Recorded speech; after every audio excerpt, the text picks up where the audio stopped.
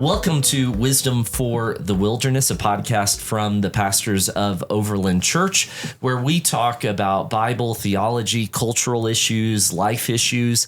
And today we're going to talk about another relationship issue, but this time it's not guy-girl stuff. It is friendship, which could be guy-girl. That might be another question. Can guys and girls be friends?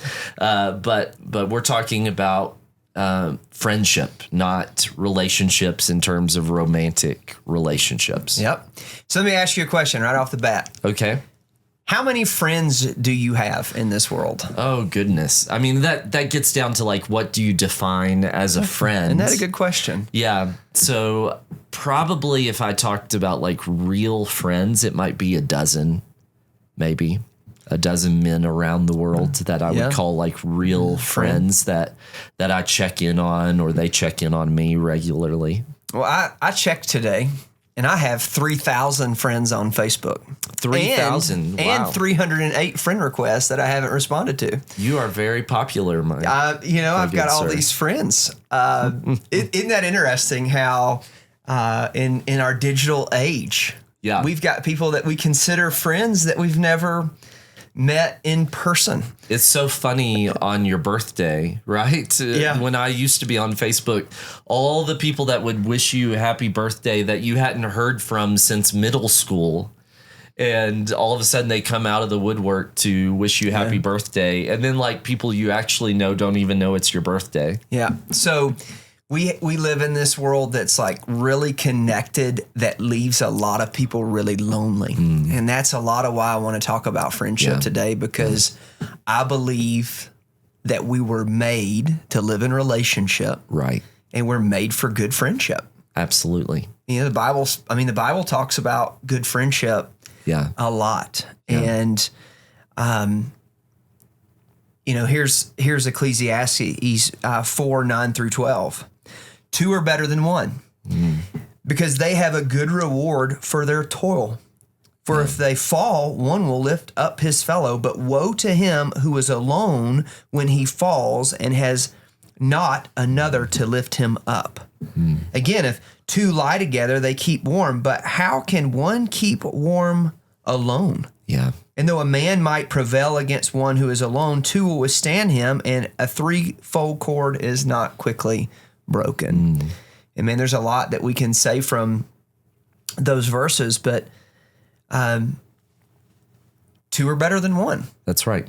That's right. And friendship allows us to spur one another on. And I mean, I just think about our friendship and how we need each other. We run things by each other, that there's a pushing that happens. Yeah. I think about Buddy Sampson. You know, Buddy and I are really good friends, and we talk 4 to 5 times a week. Yeah. Pushing each other on. 38 minutes yesterday that we talked. And did you talk much, or was it mainly Buddy? That's a great question. We take turns. Okay, we take good. turns. That's good. I'm saying some conversations. Buddy has a lot of stories that he likes to tell. He's good at it, man. He's a storyteller. You put the two of us together, and we'll make stories happen. You know, we'll make like our friendship has been funny. I remember when we were moving, we were packing up our truck to get it out of our to move, and we were trying to get in our driveway, and it wouldn't fit because of the limbs. And next thing you know, Buddy and I are on top of the truck with somebody driving it with a chainsaw. Another time there was a bonfire at his house. He needed to burn this big pile of wood, and we couldn't figure out how to get it started. So there's a story about a cup of diesel fuel, a candle, and a shotgun. Wow. Good friends. We spur each other on. Yeah. Yeah. And so we've got tons of them, man. I'm sure. Tons of them. I think our friends' stories are a little bit safer than you and Buddy's friend stories. Every friendship is a little different. Yeah, and you need different friends for different things. Yeah. And for sure, we've got some pretty fun ones. So, two are better than one. And you're not created to live life That's right. in isolation. And I think when we're not in friendship, not in a relationship, we're going to struggle. That's right. We're going to make poor decisions. Yeah. We'll sit in our own pits of despair without the other one helping lift us up out of it. Yeah. It says, for if they fall, one will lift up his fellow. Yeah. But woe to him who's alone when he falls and has not another to lift him up. Yeah. And, I think we could speak for a few minutes just about our society and what's made it so hard in our society for people to have close friendships. Well, we just know one another on a very superficial level. And we don't have a lifestyle anymore that involves just sitting down and really spending that quality time together. So, back in the day, before you could just go in your house in your air conditioning and turn your TV on and just isolate yourself from the world, you would be, on your front porch, and then somebody would be walking down the street and they'd stop and they'd, say hi to you. Or, we laugh. Whenever I'm back home, I always have to take my grandfather to the coffee shop. I mean, this is like a Southern man thing, right? You go to every community has the coffee shop where the old men come and they drink their $1.25 coffee and they shoot the breeze and they know everything that's happening. Well, that comes from that generation's experience of life. Like, that's how you lived life. And our generation just doesn't know how to do that well. We just live in this isolation. We don't live in society. We just go from work to home, from home to work to play.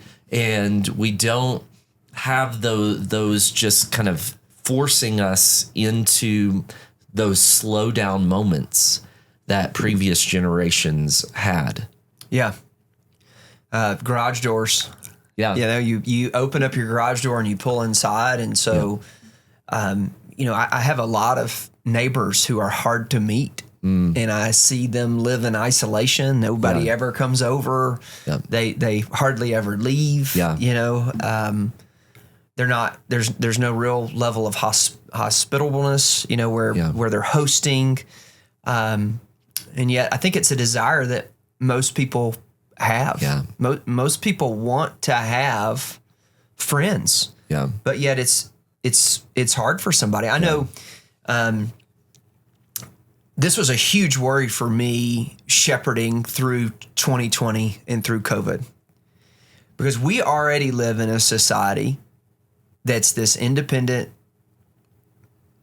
mountain mindset versus our kind of individualistic tendencies that we have in our society. And people are already isolated enough. And all of a sudden in 2020, we're going, you have to be isolated and you have to be online. Yep. And we talk about this often, that sociology follows theology. Yeah. Listen to this. This is about friendship. This is from a study. Hugging and other forms of non-sensual touching can cause your brain to release oxytocin, known as the bonding hormone. This stimulates the release of other feel-good hormones such as dopamine and serotonin, while reducing stress hormones. These neurochemical changes make you feel happier and less stressed. Research suggests that being touched can also lower your heart rate and blood pressure, lessen depression and anxiety, boost your immune system, and even relieve pain. Simply put, being touched boosts your mental and physical wellness. And so who knew that bro hugs had power? Yeah, absolutely. And we could talk about kids with this. I mean, the need that kids have for that safe touch, the hug from the teacher or the Sunday school teacher, just to make them feel safe and feel open. But we never outgrow it. We always need that. Right. So that's huge. And we went through a season, well, you guys did. I was in Malawi where we mostly ignored it. Right. But you went through a season where you didn't you weren't supposed to have that. Right. It was not the physical touch piece of you it. didn't not want the FBI knocking on your door because Right. you hugged your neighbor or something. Yeah, the COVID police. Yeah. So it was definitely an interesting time. So I had like a lot of concern at that time of like, you know what? This is a really big need. Yeah. And we need friends outside of our family. We need our family. I mean, we've talked a lot about marriage and stuff recently. You want to be friends with your wife. Yeah. Talk your about husband. that. Like, what do you say to the guy who's like, well, my wife's my best friend. I don't need other friends. She's my best friend. Yeah. She can't fulfill every need that you have. And it's unfair of her or him for you to put that expectation on them. Yeah. And, first, buddy, sometimes she needs a break from you. and there's a reality with my wife. When she wants to go out with her friends, I'm like super happy and I want to accommodate and make that happen because I know that her friends provide for her relationally, emotionally in ways that I'm not good at. Yeah. And that she needs the perspective of another woman. She needs the compassion of another woman and needs to hear somebody to hear her with empathetic ears and to laugh and to get out of the home. It's good. The guy needs the same thing. We need brothers who we can lean on and solve problems with. And even today, this morning I've been texting with Ross Hauk, one of my best friends at church, and he's been helping me with vehicle stuff, and I'm like looking for a truck, and he's helping me, and I look forward to in several weeks going to on a trip where I'm going to be with friends, and those are good good things. We need them.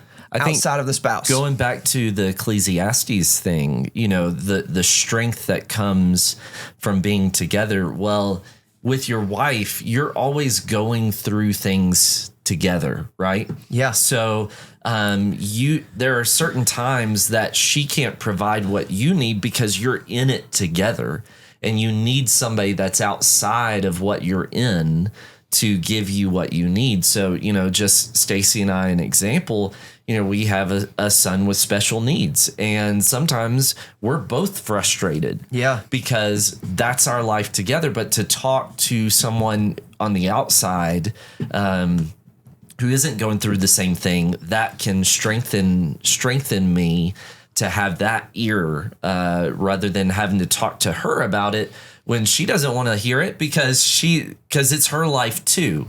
And so to be able to talk to somebody on the outside who can give that extra encouragement and perspective, we need that. Even though as guys, we're going to feel less of a push, like it's more natural, like women want friends. Yeah. And they're going to push themselves out there to find friends. Whereas guys, we're more, we could be isolated mountain men and feel like we're okay. But you're probably not okay. Right. And so we have to, push ourselves out there. And maybe we're not going to have the same number of friends that our wife is going to have. Maybe for us, it's 3 or 4 like really close friends. And it's going to be different, but we still need it. Yeah. And I think there's a piece of that you get with your personality, whether you refuel introvert, extrovert, you refuel around people, or you refuel in isolation. And the people who refuel in isolation really have to push themselves to believe and to rely on the fact that, yes, I do need good friends. Yeah. There's an old African proverb, if you want to go fast, go alone. If you want to go far, go together. And I think there's a huge reality to that when we're together, that three-corded strand, that intertwinedness, we're doing something together, that we go far. When one's down, the other person gets lifted up. I think about one of my hunting partners. His name's Derek. And I am a way better hunter when I'm with Derek. Yeah. And this was also true of my brother, because when I'm with Derek, and we hear a bull bugle across the canyon and my legs are shot and I don't want to go over there. Yeah. I'm not going to let him down and he's not going to let me down. We're going over there, and we're there for each other in those times, and it matters. And so I think that's a reflection of life for me. There's going to be people in my life that they're going to spur me on and push me farther. They're going to hold me accountable. Yeah. They're in friendship. There has to be a vulnerability. Guys are horrible at this. Yep. I think some women are probably horrible at this. But how are you? Fine. Right. How are you? Fine. Good to see you, bro. Yeah. When really you're crap on the inside. And so when you have good friends and you're in conversation, it gives an opportunity to really be vulnerable and transparent with somebody that you can trust. Yeah. And those are really helpful things. Which brings up this thought from Proverbs 27:6 that says, faithful are the wounds of a friend, right. Profuse are the kisses of an enemy. And the idea in that is if a friend sees something in me and he says something to me and it hurts me, it's because he loves you. Because he loves me. Yeah. And he wants somebody me to get who doesn't care about you is just going to tell you what they think you want to hear. They're going to tickle your ears. Yep. And so you really want the friend that'll say hard things. That's right. Another friend in our church recently called me and said, I need you to tell me the truth. I've got an issue. I need you to tell me the truth. Yeah. And as a friend, what do you what's the best thing I can do for him because I love him? Tell him exactly the truth. Yeah. And not to sugarcoat it, not to put some sort of favor on top of it, some sort of like, oh no, you're but to really say, here's how I see it. Here's the situation I believe that you're in. So that is a good thing. And here's another proverb from 27:9, just a few verses later. Oil and perfume make the heart glad, and the sweetness of a friend comes from his earnest counsel. And if you're not vulnerable and transparent, not letting people into your life, you're not going to receive earnest counsel. Yeah. And you want earnest counsel. I sit down with a friend nearly every month, Bill Tinsley, who goes to our church, who's a friend and a mentor, and I let him in because I want his earnest counsel. And I so value Bill Tinsley's friendship. Yeah. And he is a friend to me. He's my biggest cheerleader and coach in our church. I tell Bill, I know Bill prays for me. As a friend, he prays for me. And so I tell him everything because I want him to pray. Yeah. I think it can be, we're speaking as pastors, it can be especially hard for pastors to have good friends because there can be an unhealthy kind of distance between pastor and church, and the pastor is supposed to be on this sort of pedestal, so he can't be vulnerable with church members necessarily, or they might not take it well. And so I think that's solved in two ways. It's solved in one way with the church actually having realistic understanding that their pastor is a human being who needs their friendship. That's right. And doesn't just... you're not just a customer. You're not just, somebody who's getting something from him. You need to be his friend. That's right. But then secondly, a lot of times as pastors, we find our deepest friendships with other pastors who know what we're going through. Yeah. And we can lean on one another and talk about one another's churches. And when we're on a staff together, that's amazing. A lot of guys out there, they're the only, pastor of their church, and they have to reach out to other people. But we need both of those things. It's really not healthy for a pastor if he has no friends in the congregation. No, absolutely not.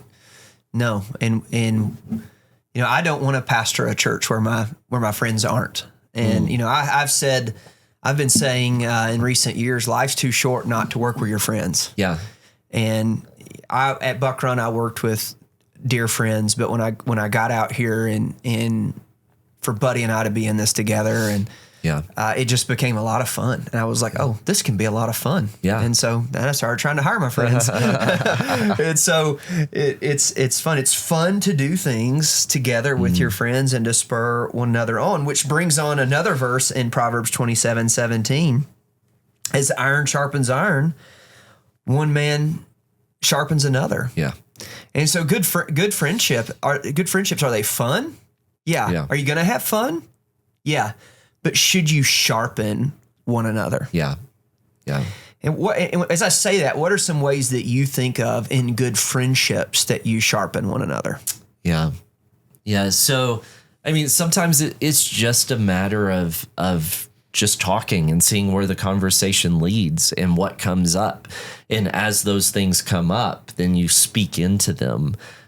Because there are tons of times that we might be going through a situation, we don't realize how we're thinking about it in a wrong way. And just having those regular check-ins like, hey, how's it going? And they start talking, and then you can start to kind of press, or they do it to you in this certain area, and it reveals a whole area that needs to be discussed, or they need some wisdom in.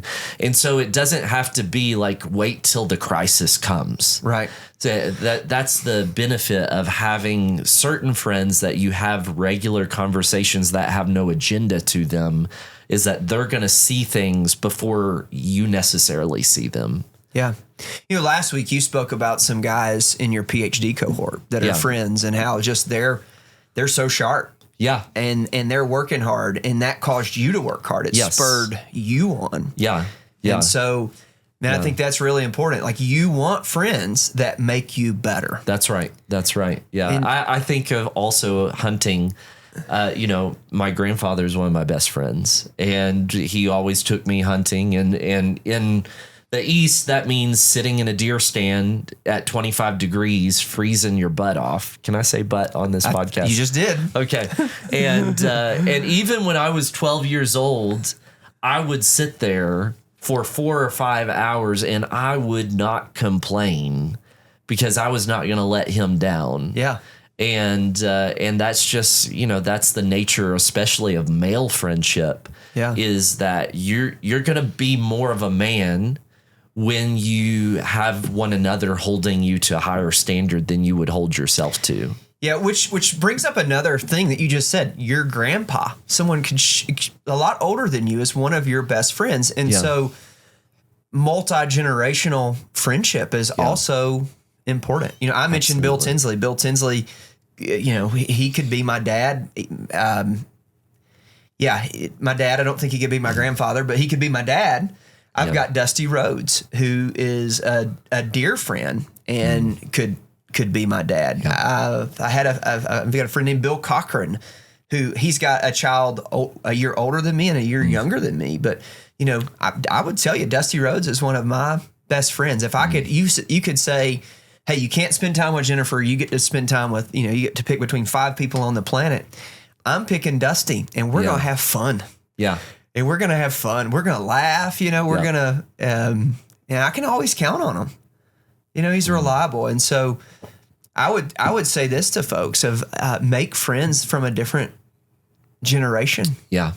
That have come, they've lived life. They've come ahead of you, and they can really spur you on. And don't think because you're younger, you're not going to spur them on. Yeah. Because a lot of times it's invigorating to hang out with a younger generation, and they help keep you young and up to date on things. And I think that's good. That's special. And that's obviously very biblical. Titus, chapter 2, the older women discipling younger women, the older men discipling younger men. And obviously we believe in intentional discipleship relationships, but I think that works itself out not just in intentional discipleship where you're sitting down and opening the Bible, but just also friendships that we're forming across the generations. Sometimes that's the discipleship that we need, is not that formal version, but a very informal friendship version, especially with a believer. Yeah. Yeah. I'm going to call this an American proverb. I don't know if it is or not. I don't know where it came from, but I'll call it an American proverb. Show me the 5 closest friends, and I'll show you your future. If you show me your 5 closest friends, I can show you your future. What's that mean? And so I would say if let's take a high schooler. Yeah. And I could say, this high schooler, show me the 5 people you're spending the most time with. And I can look at what they're doing and their influence on you. And I can almost look and determine your trajectory. Yeah. And because as iron sharpens iron, so one man sharpens another. And in some cases, there might be, you're sharpening that axe for the wrong thing. Yeah. Yeah, absolutely. I mean, what you input into your life is going to influence the output. And so you just don't realize how much the way you think and the choices you make are informed by the models that you have around you. So choosing the right models is a massively important decision. And unfortunately, when we're young, we don't think about it. It's just like whoever's on the playground that's interested in doing what you want to do. And then sometimes we bring that into adulthood. It's just a matter of we like the same things. Not to say you shouldn't have friends that like the same things, but you really need to evaluate how much time you're spending with someone and what kind of value you're giving each other in that life. Yeah. Another Proverbs 22:24 says, make no friendship with a man given to anger, nor go with a wrathful man. And so, yeah, am I gonna bond my life together with a man that's got these horrible tendencies and think that they don't rub off on me? Yeah. That's foolish. So I'll quote the Apostle Paul, 1 Corinthians 15:33, do not be deceived. Bad company corrupts good morals. Yeah. And so there's a reality to who your friends are going to impact your walk with the Lord. Absolutely. And we need good, when I say we need good friends, I don't mean just close friends. Yeah. Friends I mean good friends. Yeah. You know, I had some, friends that were very close friends, best friends growing up, and they did not walk with the Lord and didn't love the Lord, and I didn't walk with the Lord, and I didn't love the Lord. You know, I was wrestling with God, and there's a lot that was going on there. But when I really surrendered my life to Christ and said, you know, I'm going to prove my faith. Yeah. Faith without works is dead. I'm going to live out my faith. I believe this is what God's created me to do. Yeah. I realized I can't keep hanging out with them right now. Yeah. And it hurt. I realized in my total surrender of being a radical disciple of Christ, it meant I was going to have to stop spending time with these few guys. Yeah. Because the things we did together were ungodly things. And these are friends that I had, you know, one of them I had been really close with since I was 6 years old. Yeah. And I stopped and they figured out, like, okay, all of a sudden he's not hanging out with us. He's going to church. He's doing these things. He's become, some sort of Bible thumper, some sort of, and he looks down on us. And I didn't look down on them, but I also realized, like, if I go back around them, I'm going to fall back into sin. There was no changing the patterns of those friendships. No. That was what you did together. That was set. But I don't think people should hear you saying that you shouldn't be friends with unbelievers. Not at all. And so what would you say your friendships with unbelievers today, like, how is that different from that? Well, let me talk through this process for me as, someone 19, 20 years old. And by the way, these friends were a couple years older than me. Yeah. And they're pretty smart. And, I knew that, the things I had done, I wasn't going to immediately influence them. Right. And, Also, they were pretty heavy into alcohol use. And so they would be drunk. And so I would get off work and stop by the shop and hang out with them. And so I realized pretty quick, like, I'm not going to change a drunk man's mind, right? So here's what I started doing with them. I started trying to hang out with them at lunchtime during the day. And so, I would say, hey, let's go get lunch. Yeah. Every so often. And I would come around and I would maybe see them in the morning and stop in, but I would have nothing to do with their nighttime activities until I got to the place in my walk with Christ where I was so rooted and strong in Christ and strong in my walk that then I could be back around them. Yeah. So I didn't abandon their friendship, but I chose to not let them be the influences on my life. And so that's what I would tell you. The people that I'm spending time with, that I'm letting them sharpen me, are the people I'm letting influence my life. I'm picking carefully. Yeah. Versus I want to influence other people's lives. Yep. And I've absolutely, like, not every person that I hang out with. Yeah. Not every person, not every person that I spend time with, for sure. Do I have friends that are unbelievers? Absolutely. But when it comes to how I live my life and my morality and what I believe about God, I'm gonna choose carefully. Yeah. I mean, a lot of times people bring up Jesus was friends with sinners and prostitutes. Yeah. And so they'll use that as a justification for going into situations and places that a believer has no place being. But the reality is, Jesus was friends with sinners and prostitutes, but he brought them up. Rather than them bringing him down to their level. And so if we're going to be friends with people who aren't believers, then we need to do it in a way that we're not going down and enjoying the things that they're enjoying, and affirming the lifestyle that they're living, but we're being friends in such a way that it's drawing them up and giving them an alternative vision for what life can be about. Yeah. Right. When I was a senior, our class voted on senior superlatives in high school. Right. Yeah. And this may shock you, but I was voted most friendly. Okay. And I always laugh about that. And I was voted most friendly because I really wanted to be friendly to everybody. Yeah. And so to this day, I want to be friendly to everybody. When I go into Home Depot, the people who have been working there the entire time I've been here, they're my friends. Yeah. I can go up and talk to them. I can go talk to Rick at the pro desk, and he and I we're friends. Yeah. I'm friendly to them. There's a difference, right, in being friendly and having surface level friendships, and those people knowing, like, hey, that guy's really nice and he cares for people, versus there's a deep, good friendship here. Yeah. And that's what you really have to pay attention to, because bad company ruins good morals. We need close friends. I think for anybody, any of our younger people who are listening to this, any high schoolers, middle schoolers, college students, it really matters.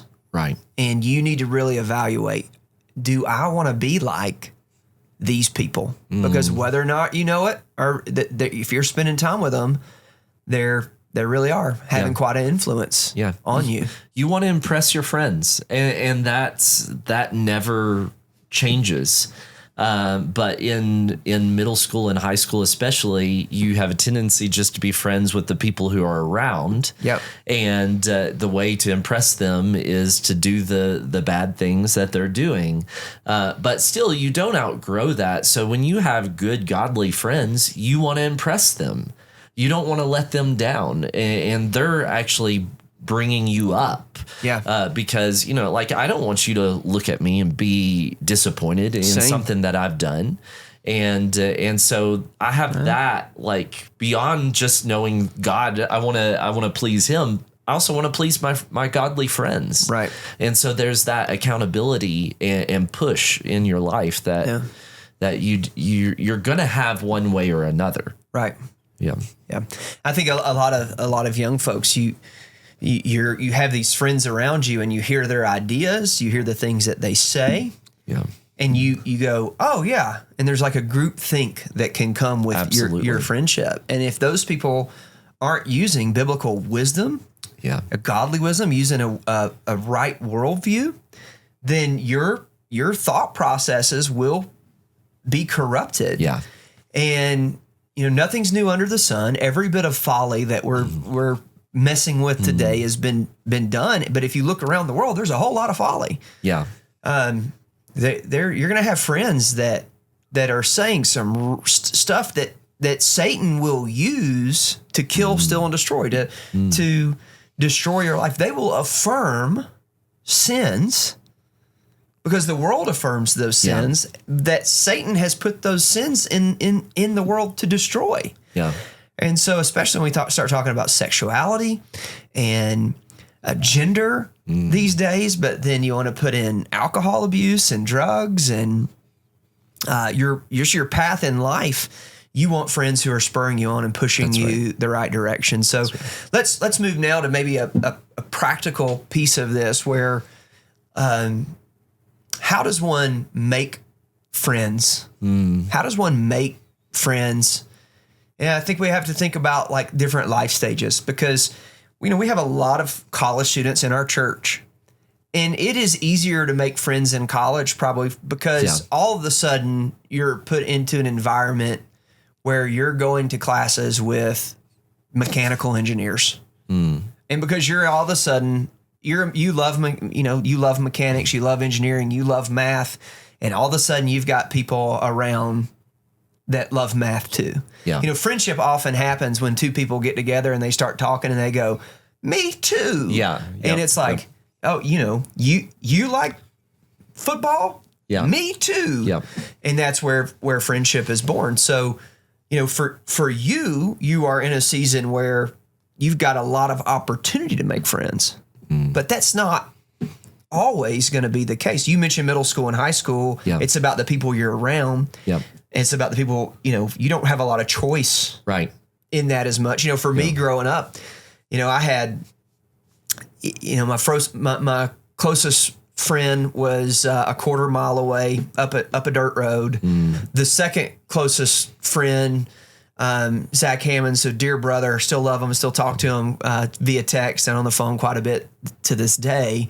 And he was about a mile through the woods, and so I didn't have a lot of choice. Those were my two choices. So happens I really like both of those guys. But in our suburbia, it's a little different. You've got more, but once you kind of get beyond high school and beyond college, it can get hard. It can, especially for guys who, it doesn't come as naturally as, you get women in a room, they're going to start developing friendships. At most, not all.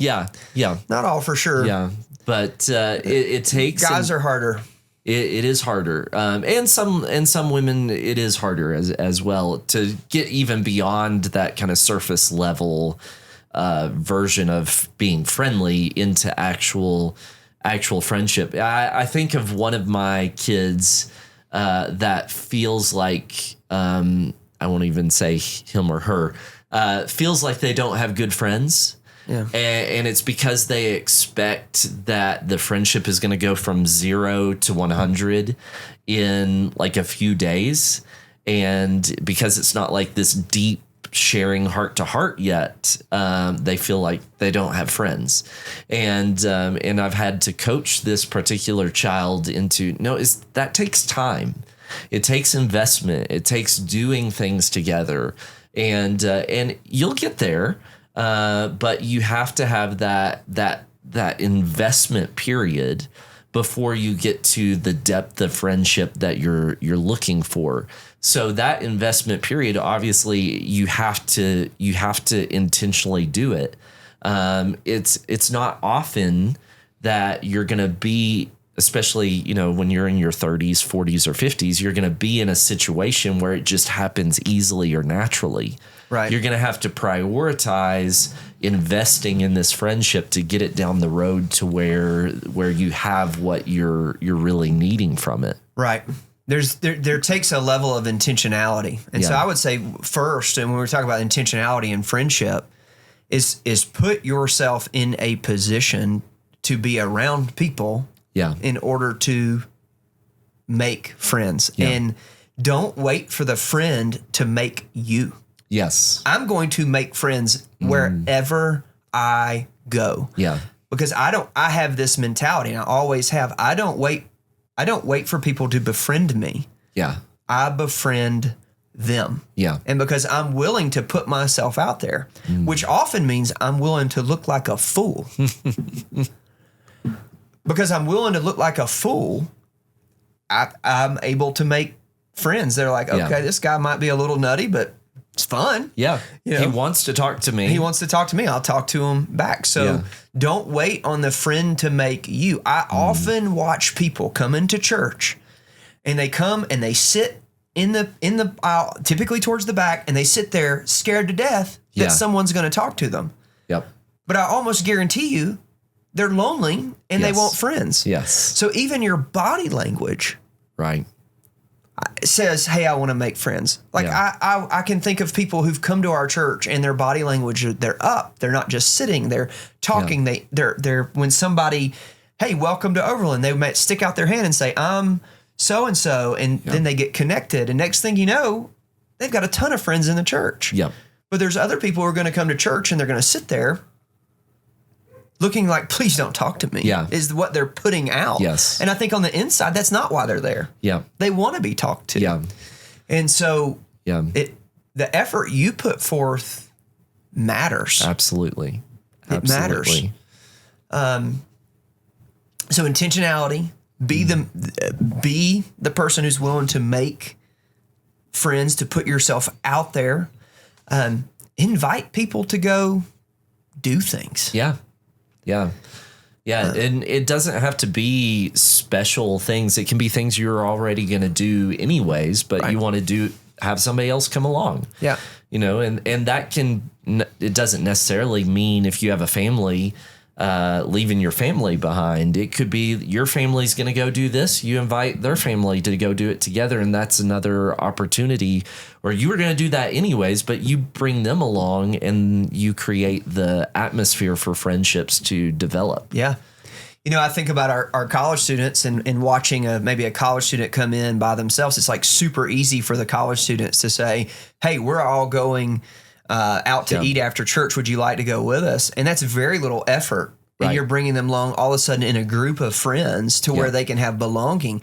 And maybe you're the connector, but maybe they hit it off with somebody else there. Right. And all of a sudden you have, just in your having outward looking eyes, you're seeing this person needs a friendship and I'm going to help them. Yes. Yeah, I'm gonna give it. You know, I use this talking about community, I believe, but the Lego. I was about to say the Lego illustration. I think about that all the time now. Right. Since you brought that up. Because you only have so many connection points is kind of how you feel, but really making sure that there is a place to connect somebody else to your life, and you just keep building. Yeah. And we have to think about that as the church. I saw this past Sunday, I was watching between our services. It was between second and third. And I look around and there's visitors sitting in seats by themselves, no one talking to them. Meanwhile, I see people talking, like our church people. Talking to one another. 9:30 talking to the 11 everywhere. Yeah. And our greeters were out there trying to do their jobs, and our greeters had, like, people stopped and were talking to their friends that are greeters, and people were walking just right by them without anybody saying hello. And so we want to be a church that's friendly and intentional to help the person looking for friendship. Absolutely. For sure. Some other things I would say when it comes to like the intentionality of making friends is be somebody who's willing to consider others more significant than yourself. Yeah. You know, the reality of like, no, they're not just here to serve me. Yeah.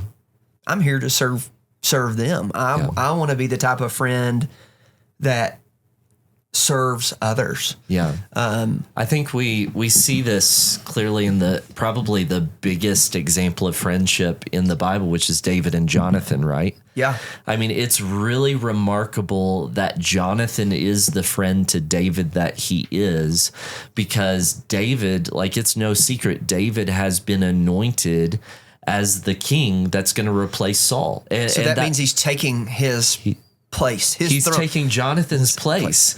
And yet Jonathan doesn't hold that against David. Jonathan is this selfless man who loves David and elevates David and takes risks for David, gets a spear thrown at him by his dad when he mentions David at this feast, and all of these things that Jonathan does sacrificially for David. That's the more remarkable side of the friendship, I think, is that Jonathan is willing to put himself in that position with the guy who really, I mean, is the threat to his own life, that he's going to replace him. Yeah. Yeah. Yeah. There has to be a selflessness to go, I'm going to serve. And here's what I'm just going to tell you. When you start serving others, one, God created you to serve in that way. And so you find fulfillment and joy in it, whether you realize it initially or not. You're going to get to a spot when you make it a habit of serving others that you go, you know what? That was, you're not even thinking cognitively about it, but it is good for you. Yeah. And so it's taking the focus off oneself and what you don't have, and it's putting on others. But as you start serving others, they will reciprocate and start serving you. Now, not everybody. And there's going to be people that you know, there's going to be times you try to make friends and they've got something else going on in their life. They've got their own issues. Yeah. And they're not going to respond in kind. But that doesn't change the fact that we need friends and need to be friendly, nor does it change the ethics and teachings of Jesus. Yeah. Of how you even treat your enemies. How do you treat friends that don't reciprocate? You continue to be friendly to them. Not to say that you would just pursue them endlessly, but that you would be friendly. So not everyone. And, you know, oftentimes when somebody doesn't reciprocate friendship towards us, we might take that personally. Yeah. But let me tell you something. It's probably not you. Yeah. It probably is that there's something that they are dealing with, or the capacity that they have in that moment. You know, I had a guy one time, I found out that he lives here and he was in my neighborhood. He was from Mississippi, but he went to the University of Georgia. And I thought, man, I'm going to have something in common with him. I was like, yeah, man, let me get your number. I'd like to hang out sometime. Let's go hang out. Yeah. And I texted him. He texted me back and was like, yeah, I should be able to go out to lunch in about 6 months. I was like, I get it. I don't know what you got going on. Yeah. But you got stuff going on. Yeah. And I'm going to leave you alone. And was I offended by it? Not at all. Yeah. Not at all. I didn't take that, there's something wrong with me. Yeah. So put yourself out there, be intentional, serve others, be friendly. Yep. Show up. Show up. Yeah. That's a huge piece of it. You can't sit at home and begrudge the fact that you don't have friends when you're sitting in isolation. Right. Yeah. I'll bring something else in the conversation. Okay. Online friendships. We talked about that kind of starting on, like how many Facebook friends do we have? I was talking to somebody recently that's on Bumble, which is what's Bumble? I have no clue. Bumble is like kind of like a dating app. I think there's a dating version to the app. Okay. But you can Bumble friends. You can make these friends online. But you know what happens when you make them online? What? You get together and go hang out and do something. Yeah. So I would say part of friendship, however that starts. I have a really good friend I was texting with today. We met through Instagram. Okay. And we have similar interests. Yeah. And so, one day I saw that he had done something close by to Fort Collins, and I commented on it and whatever. And now we're friends, and we hang out and we go places. So even the things that you're doing online, you need to get in person with people and do things and hang out. Yeah. Yeah, I agree with that. And I think it's a little different from our conversation about online dating because, I mean, friendship, if it goes bad, it can end. And it's not, some sort of legal, massive, thing. So, what's wrong with getting to know someone online, hanging out with them in real life? Yeah. If it doesn't work out, it doesn't work out. You move on. Using it in sort of the networking to do it. I'm not... obviously in our context, we're leading people who are in a local church. Yeah. And they're like, you could make all the friends you wanted between your local church, your job, your hobbies right here. Right. There are people around looking for friendship. So, some of those situations may look a little different, but it's just good to get together and to be in person. And so that's one of the last piece of advice I would give is go do things together. Yeah. Just like we would say we're given relationship, like serving together, and all of a sudden you're like, man, we're both serving in student ministry and I think she's really cute and I'm getting to know her. Yeah. Same thing. Like you're serving in kids ministry and you've got a guy over there and you're talking and you hit it off. Well, figure out how to go do something together. Go as the church and be together. Yeah. Can I bring up one other thing, especially with guys' friendships today? Because of the kind of elevation of homosexuality in our culture, there has been, especially among guys, I think a loss of friendship. Because I don't want to be gay, Right. I'm not going to put myself out there and emotionally be attached to another man because, well, that's gay. And actually that goes back to David and Jonathan. We have these reinterpretations they were homosexual because their love for one another was greater than the love for a woman, where the Bible does not have that in mind at all. And then that crosses over into our male friendships where we kind of like put a barrier there because we don't, we have in this, our mindset that there's a homosexuality to men being bonded together emotionally. Have you seen that? You experienced that? Yeah, I think that's true. I think our world looks at it kind of funny, but I would just tell you, I tell my guy friends I love them all the time. Yeah.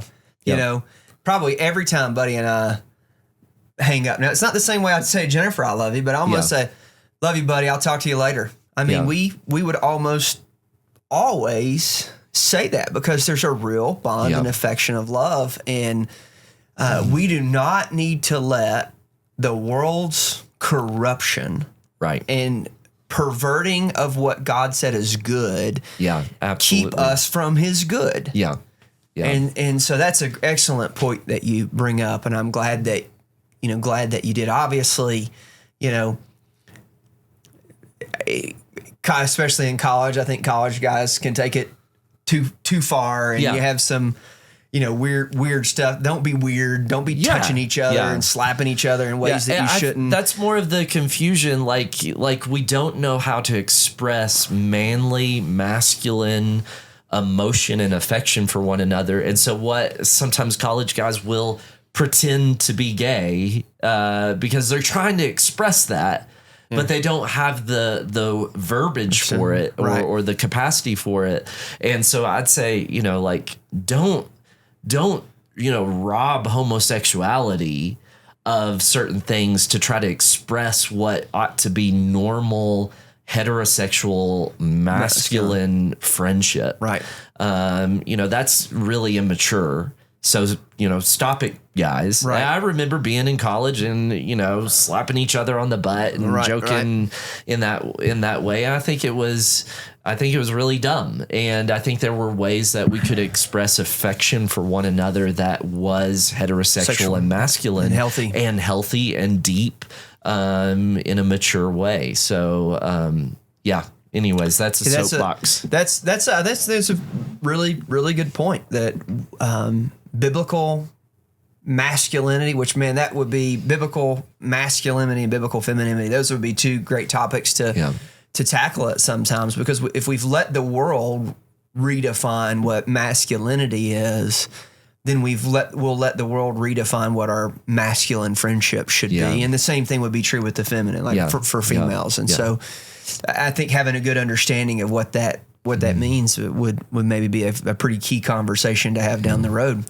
But yeah, we need to be able to have good friendships. Yeah. We need to have good friendships. Yeah. Any wisdom for the wilderness as we close out? Yeah. You want to glorify God with your life? Glorify God with your friendships. Yeah. And we see this reality that,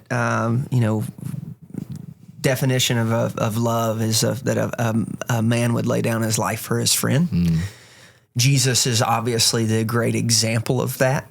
And in our relationships and friendships, we should seek to live like Jesus and love like Jesus, and we'll glorify God with our friendships. Yeah. Yeah. I would just add, don't be afraid to put it on the calendar or the to-do list. I'm more introverted, so it's not like really natural to me to just pick up my phone and call a friend.